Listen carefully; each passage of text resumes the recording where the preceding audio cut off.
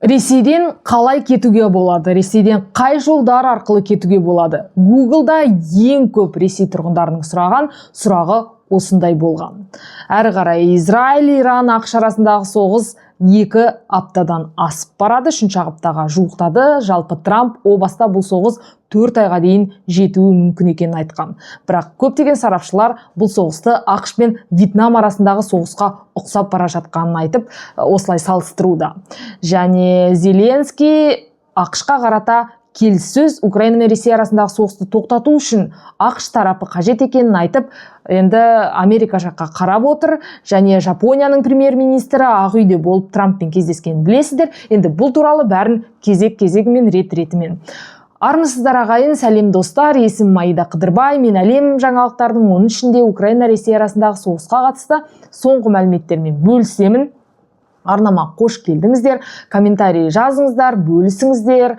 Бұл мен үшін өте маңызды, және Европадан қазақ тілінде, ана тілінде тараған ақпараттың алға жылжуына көп септігін тигізесіздер.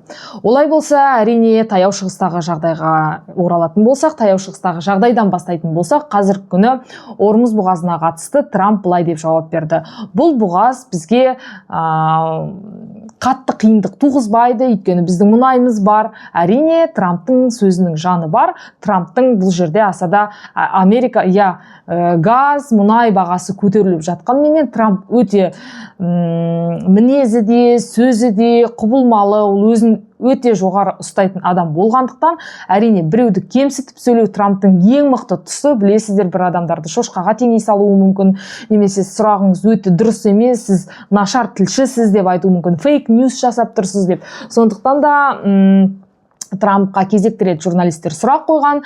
Бұл соғыс тіпті осы Жапонияның премьер-министрімен кездескен кезде жапон тілшісі неге өздеріңіздің жаңағы серіктес елге айтпай Иранға соғыс аштыңыздар дегенде, ол өте дөрекі түрде қалжыңдап, сіздер де Пёрл Харборды атар кезде бізге ескертпедіңіздер ғой деген сияқты осындай форматта әзілмен жауап берді. Жапония премьер-министрінің көзі төбесіне шыға жаздады, өте ыңғайсыз жағдайға келтірді.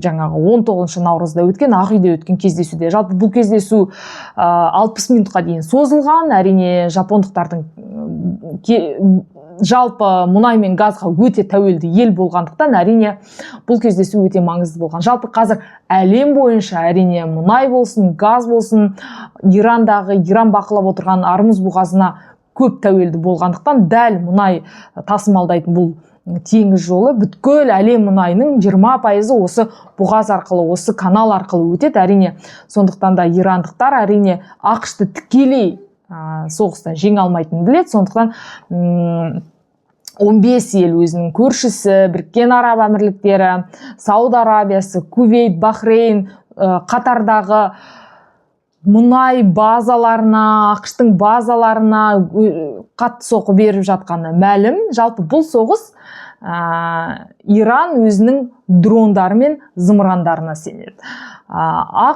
ақш әрине ең жоғарғы технологиялық мықты қамтылған қаруына сенеді. Ал Израильда осы барлау қызметі өте жақсы дамыған. Бұл ретте атап өту керек, ирандықтар осы F-35 деп аталатын құны 200 миллион долларға дейін жететін Американың ұшағын қағып түсірді. Қағып түсіргенде ұшақ толық қираған жоқ, бірақ зақым келтірді.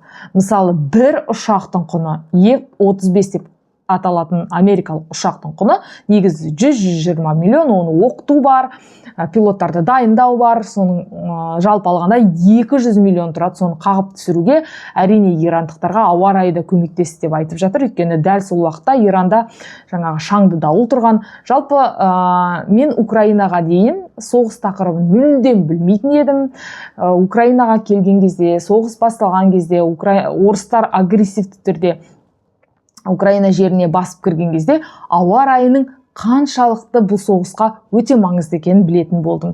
Өйткені тұманды жағдайда, не болмаса балшықты сәттерде өте қатты соғыстың тікелей әсер етеді. Өйткені тұманды болса, мысалы, онда дрондар көп кіреді. Оларды атып түсіру өте қиын болады Украина тарапына. Және ал көктем кездері, балшық кезде керісінше жаңағы орыстардың танкілері тұрып қалуы мүмкін, бір жерде ары қарай өте алмай қалуы мүмкін. Ал украиналықтар әрине өз жерін жақсы біледі, қай жер саз, қай жер балшық, қай жер кепкен, қай жерден өтуге болады, оның бәрін өте жақсы біледі, карталары қолында. Сондықтан ең алғашқы Киевке басып кірер кезде Киевті 3 күнде аламыз деп орыстар тегін айтқан жоқ негізі. Олар шынымен де соған сенім болған.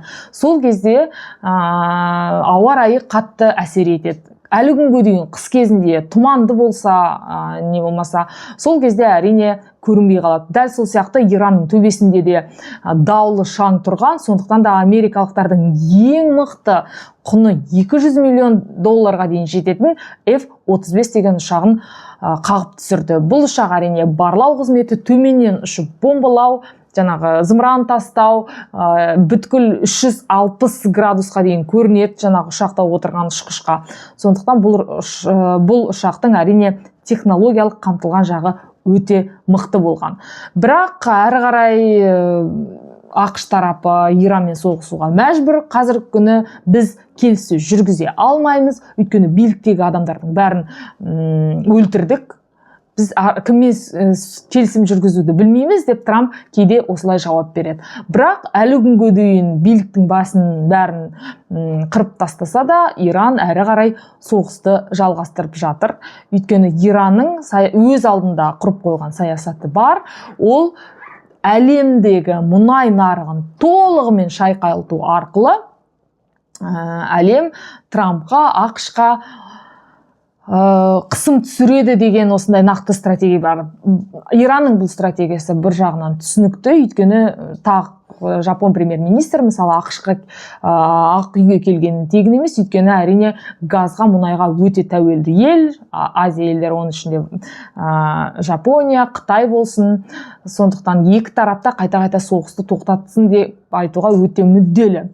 Мысалы, соғыстың салқыны тек қана осы таяу шығыстағы елдерге, парсы шығанағындағы елдерге, Жапония, Қытайға ғана емес, қазір мысалы Европа елдерінде де өте қатты газдың 35%-ке дейін көтерілген байқалады. Украинада да газ бағасы, дизель отыны көтерілді, және мұнай бағасы көтерілді.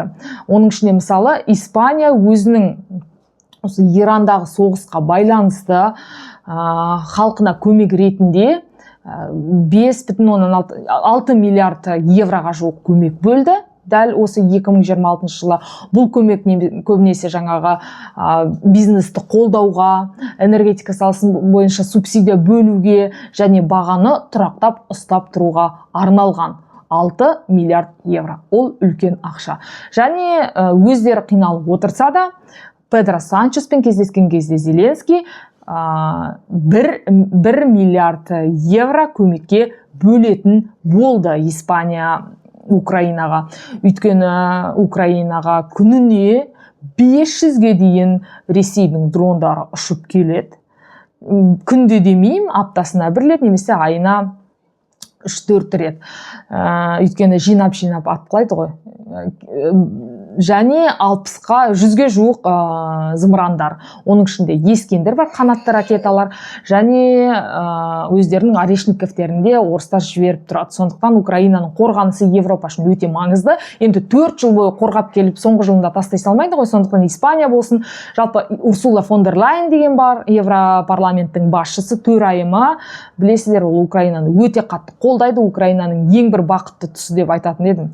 Өйткені Еврокомиссия барлық Европарламенттің басты апайы Урсула фон дер Лайен деген ханым Украинаға барып тұрған, Киевке барып тұрған, ол кісі өте қатты қолдайды. 90 миллиард евроны да бөлетін болды, Орбанға қарамай. Орбан дегенді білесіздер, ол Мажарстанның басшысы. Ол кеше мысалы Брюссельде Еуроодаққа мүше елдер бас қосты, саммит өтті, Украинаға қаржы бөлеміз бе, бөлмейміз бе деген мәселе талқыланды. 1,5 сағат бойы Украинаға мүше елдер Орбанды көндіруге тырысты, несие берейік деген тақырыпта. Бірақ Орбан келіскен жоқ. Келіспесе де бүгін таңғысын Урсула фон дер Ляйен Украинаға көмек береміз деп мәлімдеді. Яғни, енді Орбанды да түсінуге болады, сәуірдің ортасына таман Мажарстан өзінің басшысын тағайындайды, сондықтан ол өзінің сайлаушыларына біз Ресеймен дос болуымыз керек деген тактиканы ұстанады. Оны да түсінуге болады, мен ешқандай жақты қара деп ақтамаймын, бірақ Украинаның бағы жанып тұрған деген сөз, әрине оған бүткіл Европа елдері қазір көмек беруге асығып тұрғаны сондықтан. Және тағы бір енді соғыстың аумағы сәл кеңейді деп айтуға болады, өйткені қазір Израильдің танкілері Ливандағы шекараның маңында тұр. Яғни ауыр тактика деп айтуға болады. Енді Крема құрлық әскері ары қарай кеңейе ме, оны алдағы уақытта көретін боламыз. Сіздердің тараптарыңыздан қайталап айтамын, комментарий, жазылу, ал менің тарапымнан жылдам ақпарат беру. Олай болса, келесі кездескенше.